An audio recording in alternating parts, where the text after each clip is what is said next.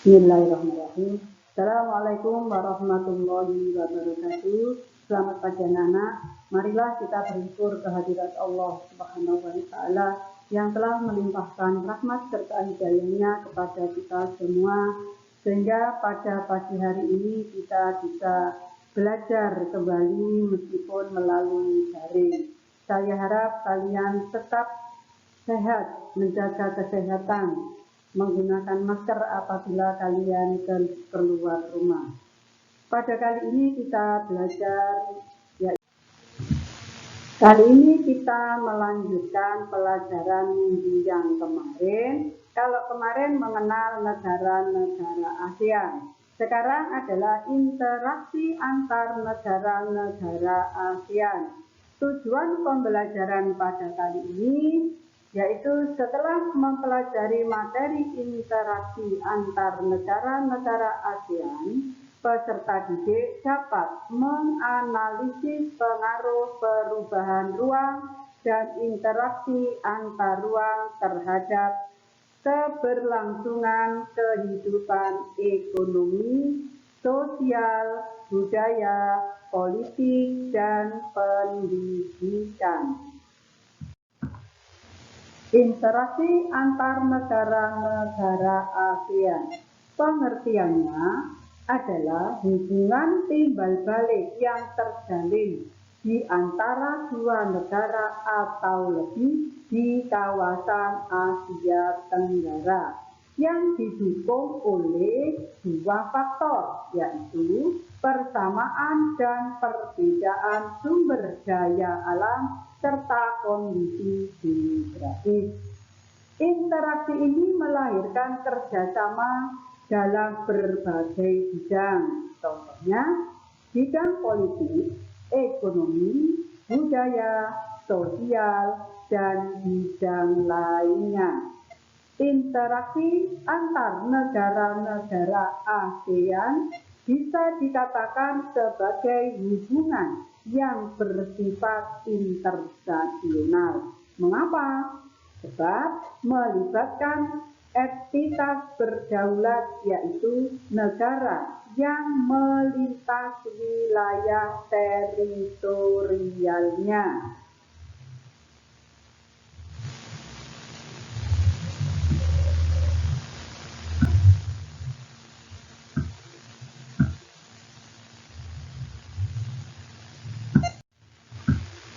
Faktor pendorong.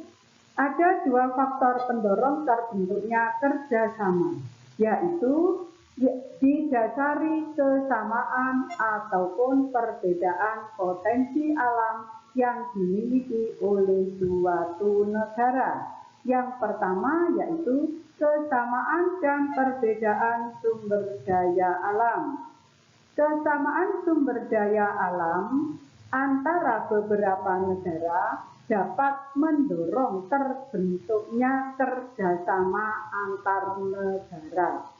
Contohnya, beberapa negara penghasil minyak bumi membentuk suatu kerjasama yang diberi nama OPEC, yaitu Organization of Petroleum Exporting Countries. Yang kedua, kesamaan dan perbedaan wilayah atau kondisi geografisnya.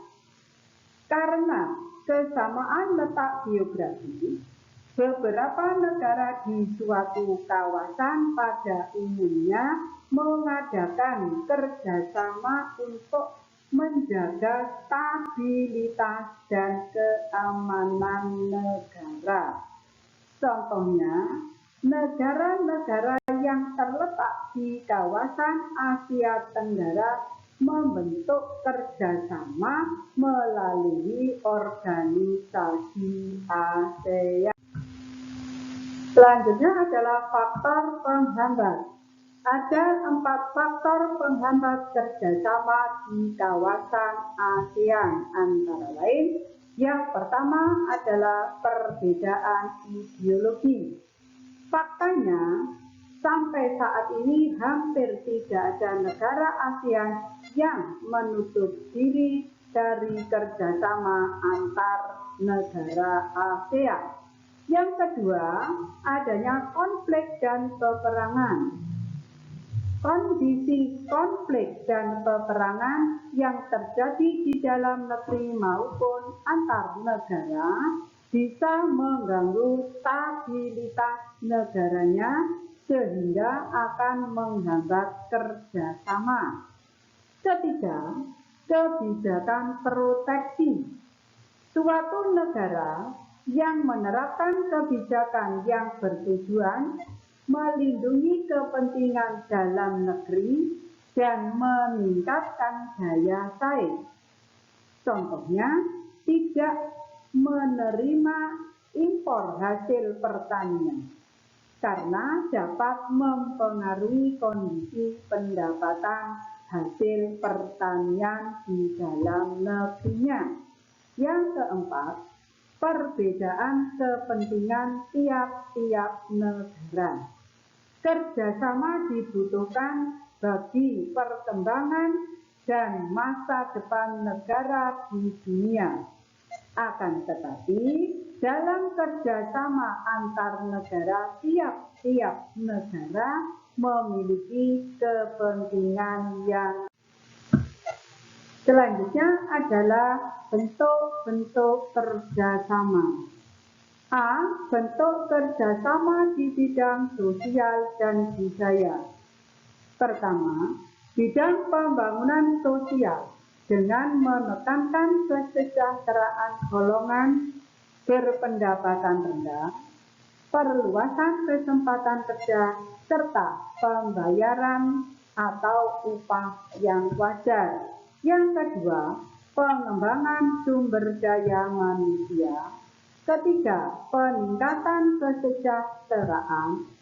Empat, pertukaran budaya dan seni, juga festival film ASEAN, dan lain sebagainya. Yang C, kerjasama di bidang politik dan keamanan. Pertama, traktat bantuan hukum timbal balik di bidang pidana. Kedua, Konvensi ASEAN tentang pemberantasan terorisme. Keempat, penyelesaian sengketa Laut Cina Selatan. Yang C, bentuk kerjasama di bidang pendidikan. Pertama, pada tahun 2012, ASEAN Council of Teachers Convention mengadakan pertemuan yang dihadiri oleh organisasi guru dari Indonesia, Brunei Darussalam, Malaysia, Filipina, Singapura, Thailand, Vietnam, serta negara Korea Selatan. Kedua, penawaran beasiswa pendidikan.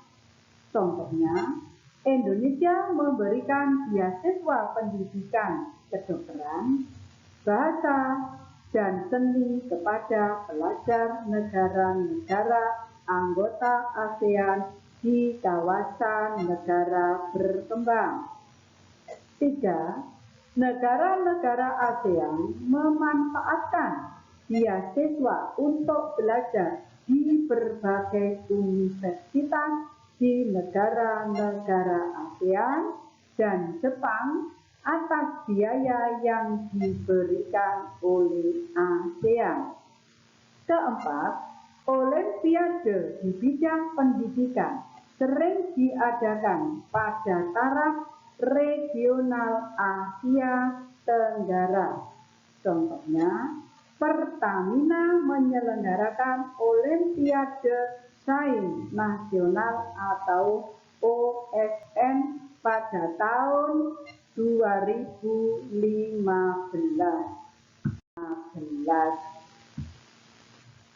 Demikianlah keterangan buku tadi. Selanjutnya, kalian mengerjakan tugas-tugas di bawah ini. Yang pertama, tuliskan faktor penghambat kerjasama di kawasan ASEAN.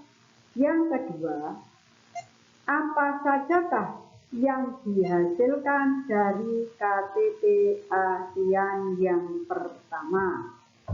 Yang ketiga, ditujukan untuk apakah kerjasama di bidang politik negara-negara ASEAN. Yang keempat, jelaskan dampak positif MEA dalam bidang ketenagakerjaan. Yang kelima, apakah upaya yang dilakukan ASEAN dalam bidang politik dan keamanan? Selamat mengerjakan.